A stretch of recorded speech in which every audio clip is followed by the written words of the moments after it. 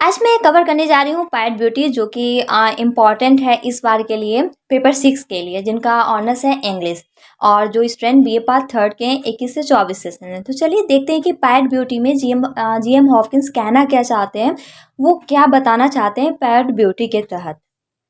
पायट beauty is a curtal sonnet, a sonnet of 10 half lines with a shortened last line that follows one of the two specific rhyme schemes। देखिए पायट beauty जो है ना एक curtail sonnet है। अब आप सोच रहे होंगे क्या कर्टल सोनेट, अरे हम तो सोनेट सुने हैं, कर्टल सोनेट क्या होता है। तो इसका इन्वेंट जो हुआ है ना वो जीएम हॉपकिंस ने ही किया है। कर्टल सोनेट का, कर्टल सोनेट वैसे लाइन्स को कहते हैं, वैसे पोएम को कहते हैं जिसमें 10 हाफ लाइन्स होते हैं, या तो कह सकते हैं आप 11 लाइन्स होते हैं। कर्टल सोनेट 11 लाइन्स या 10 हाफ लाइन्स का होता है। तो पायट ब्यूटी जो है वो 10 हाफ लाइन्स है और इसमें क्या है, टू स्पेसिफिक राइम स्कीम के बारे में बात किया है, दो ऐसे चीज़ों के बारे में जिससे जो आपका मतलब दो स्पेसिफिक राइम स्कीम बनाया गया है इसमें। It has been written by GM Hopkins, और ये किसके द्वारा लिखा गया है, जीएम हॉपकिंस के द्वारा। He was an English poet and priest, वो एक इंग्लिश पोएट थे और प्रेस्ट थे। The full name of G M Hopkins is Gerard Manley Hopkins.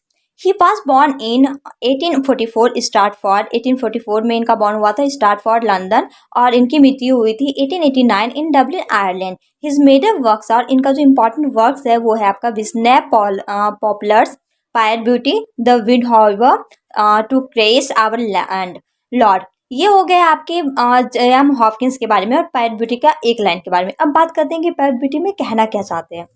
पायट मीन्स कलरफुल, पायट का मतलब होता है कलरफुल। इसमें पायट का मतलब है कि बहुत सारे रंग सम्मिलित होना एक साथ। द पोएट एक्सप्रेसेस और admires the God, the poet जो है वो एक्सप्रेस करते हैं और प्रशंसा करती हैं भगवान के। In first stanza he says to God, thank you God for make all different types things in this world. वो फर्स्ट स्टैंजा में ये करते हैं, थैंक यू गॉड को कहते हैं और कहते हैं कि आपने तरह तरह की चीज़ें बनाई है, वो भी अलग अलग। You filled with many colors in sky like the black mark on the cow। वो कहते हैं कि आपने स्काई को ऐसे कलर से डिनोट किया है जैसे कि कोई वाइट काव में ब्लैक कलर का मार्क होता है, जिसको बोलते हैं ना दाग धब्बा, वैसा होता है। When the fish swims then the pink mole shows on that।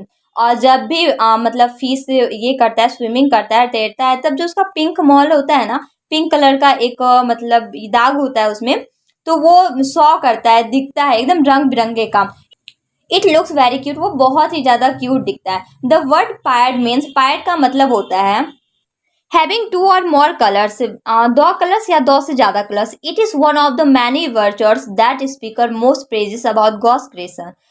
ये जो है ना बहुत सारे वर्चर्स को मिक्स किया गया, और स्पीकर जो है, स्पीकर का मतलब होता है जीएम हॉपकिंस, वो गॉड की क्रिएशन के बारे में प्रशंसा करते हैं, वो एडमायर करते हैं कि उनके द्वारा जो भी बनाया गया वो बहुत ब्यूटीफुल है। इसका थीम होगा pied beauty is a song of admiration for God's creation. Pied beauty जो एक सॉन्ग ऑफ एडमायरेशन है जो कि भगवान के द्वारा बनाया गया उन सारी चीज़ों का एडमायर करना। So the spirituality, nature, aware and fleshment, bravery are the main theme of this poem, structure and form of the poem। इस poem का जो form है, theme है, वो है आपका spirituality, nature, aware and fleshment।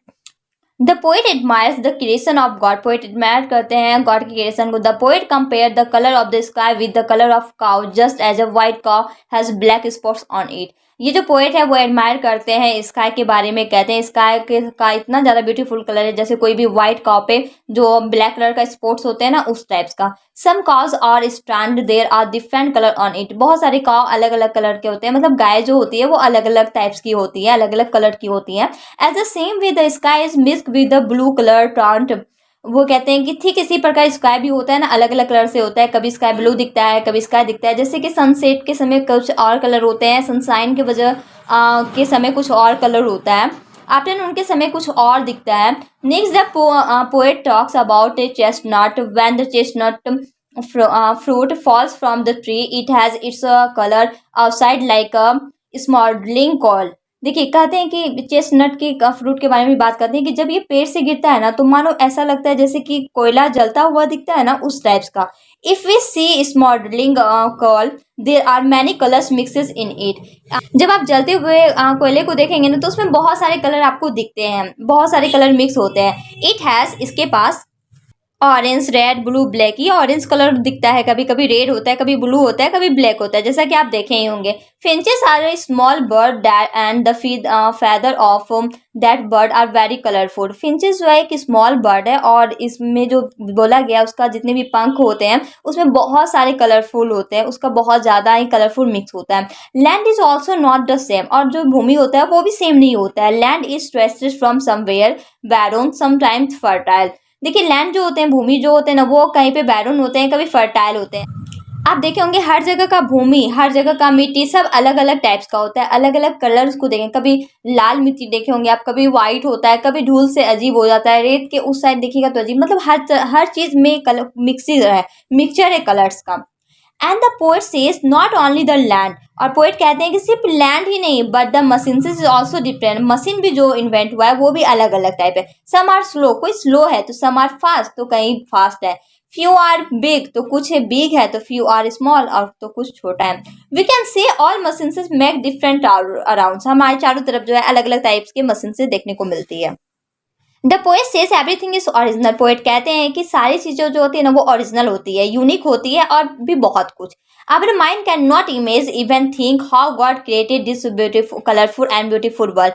हमारा माइंड ये सोच ही नहीं सकता है, इमेजिन भी नहीं कर सकता है जो भगवान ने बनाया, जो भगवान हमारे लिए बनाए हैं। Everything has some rot in the world, there is no unless things in the world. कुछ भी चीज़ बेकार नहीं है इस दुनिया में, कोई भी चीज़ बेकार नहीं है, चाहे वो कोई चीज़ हो जाए, सामान हो जाए, एनीथिंग एल्स। हर चीज़ का इंपॉर्टेंस है अपने अपने समय पर। All this things together make the world beautiful, सारी चीज़ मिल करके ब्यूटीफुल वर्ल्ड क्रिएट करते हैं। God is the father of this beautiful thing, और गॉड जो है वो फादर कहलाते हैं ब्यूटीफुल थिंग्स का। The God has created all things, और भगवान के द्वारा ये सारी चीज़ें बनाए गए हैं। और इतना ही है पैट ब्यूटी में। आई होप कि आपको समझ में आ गया हो कि पैट ब्यूटी में जीएम हॉकिंस क्या कहना चाहते हैं।